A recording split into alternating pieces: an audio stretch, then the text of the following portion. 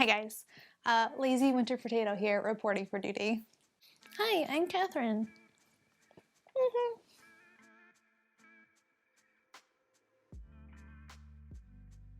Setting goals and resolutions is a popular way to start the new year. Being the type A goal-oriented person that I am, crafting resolutions and laying out life plans is basically my favorite hobby. I like to keep an eye on my goals and reevaluate a few times a year, but winter particularly is a natural time for introspective work. And the new year does give me a boost of motivation, even if I know it's temporary. The world naturally slows down with the change in the seasons, and the winter months can be a productive time to look inwards and reflect on the previous year and our aspirations for the future. This past year uprooted most of my plans, and I've become keenly aware of just how little is in my control. We've all had to adapt to new circumstances recently, whether it's working from home, playing parent as well as teacher, or moving to a new house. It's good to remember that this is a season and not the whole story of our lives. And even though that there are days when I feel frustrated with the state of the world, I'm extremely grateful for it because it's given me the time and the space to understand what I want out of life. At least for now. Check back with me in 10 years.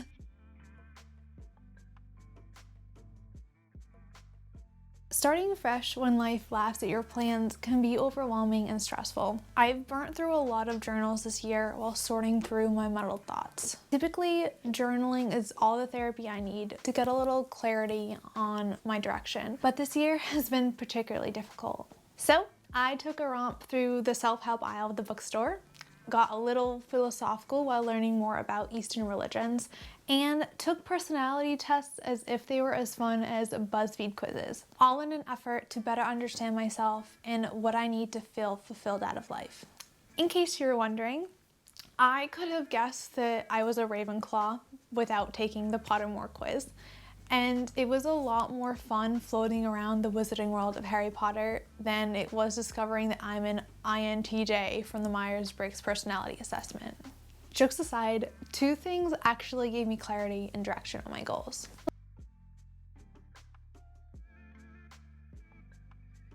Somewhere deep in my YouTube self-help spiral, Queen Algorithm showed me the wisdom of Breeny.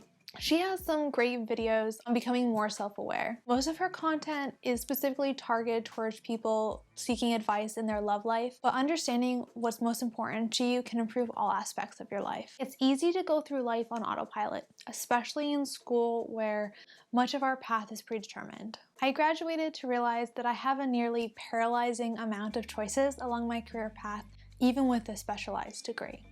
Without taking the time to reflect on what you generally want out of life and what's important to you, you could be climbing a corporate ladder to a position that isn't suited to your authentic self.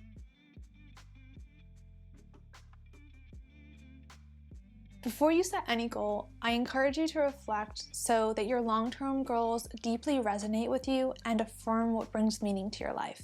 The following prompts helped me to hone in on what was most important and where I should spend my energy in the coming year. What do I genuinely care about? What excites my inner child? What and who do I love being around? The most exciting part of this exercise was engaging with my inner child. I'm not sure when I became old and stuffy, probably somewhere in the middle of taking life way too seriously, but I've come to realize that what I loved as a child is still what brings me the most pleasure as an adult. Things like feeling free, finding a new adventure, learning something new, running, horseback riding, and reading all make my heart smile. And I've been working this year to make more space for the things that I love. Fix my hair, pretend like I have extensions.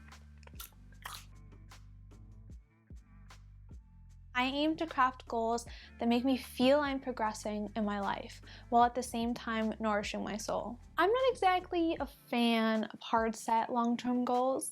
Life is too unpredictable to know exactly where you'll be in 5 or 10 years.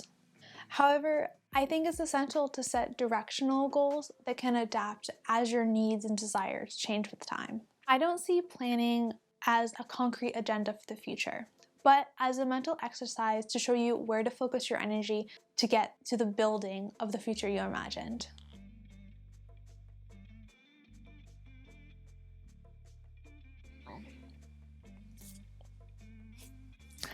I would play Sexy Librarian more often, but the glare drives me mad when I'm editing. Pretty books. This year, I read a fantastic book on habit change called Atomic Habits by James Clear, which focused on cultivating systems that enable you to habituate daily actions and bring long-term goals into fruition. I highly recommend this book as part of your New Year's reboot, and I'll be doing a lot more in-depth book reviews in the future.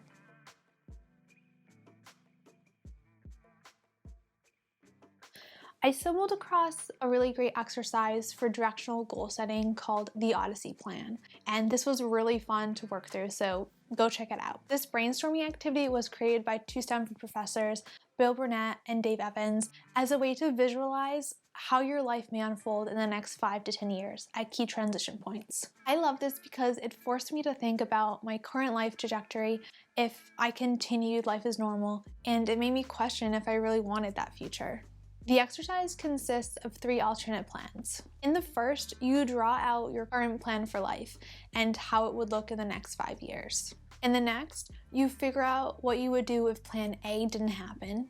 And in the third iteration, this is the fun part. You think about what you would do if money and time were no object. I'll leave a link to a worksheet I found for you in the description box below if you want to start your own Odyssey plan. Before I get to the specifics for individual goal setting, I just wanted to say hello to everyone. I solve problems for a living as an engineer, and I work to bring a systems-based approach to your personal development journey in the hopes to help you create long-lasting positive habits in your life. So welcome to Off-Brand Bubbly, where we talk about personal development, well-being, and minimalism. If you're enjoying this content, hit the thumbs up button and subscribe. Once you have a mental picture of your aspirational life, it's time to evaluate how you can pull aspects of your fantasy into reality. It's fun to imagine your life if money and time were no object, but back here on Earth, in our mortal lives, choice is abundant, but there isn't always an abundance of resources. So we pick and choose aspirations, preferably based on that which we've already determined is a priority in our lives for our future and are central to our happiness. Looking at your fun 5-year plan, what are the daily, monthly, and yearly actions that form the habits necessary to construct this aspirational life?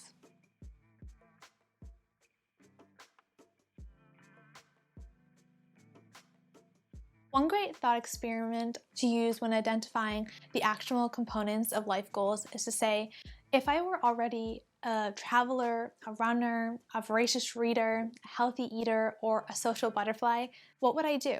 For each aspirational goal, I like to focus on a few things. Is it fun? And if not, how can I make it more fun? Can I identify with the action, i.e., does it feel authentic? And how can I make it easy? For example, if I want to read 100 books this year, I want to become someone who reads routinely and who enjoys the process of reading. So I imagine reading before bed while I wait for the train, or even reading on my phone while I wait in line for a coffee. Then I'll try to engineer my space to nudge me towards action without conscious thought. I leave a book on my bed for when I'm ready to unwind for the day. I download the Kindle app on my phone and make sure it's the first thing I see when I unlock it. And I sometimes even set a reminder in my calendar for when it's story time. I also try to make activities more social through things like book clubs, buddy reading, and even engaging with the booktube community here on YouTube, as well as the Goodreads community. I have another video on my top tips for reading more books, so if that happens to be one of your goals for the new year, I'll leave a card on the screen so that you can go check it out. This is just one example, but I hope it helps you to construct habits that stick and move you forward in your long-term aspirations. I know that a lot this year has made us feel really stagnant, but that doesn't mean that your goals all have to be put on the back burner until our current situation ends. If you've made it this far, thank you so much for watching. You're awesome. Remember to like and subscribe so you don't miss any future content.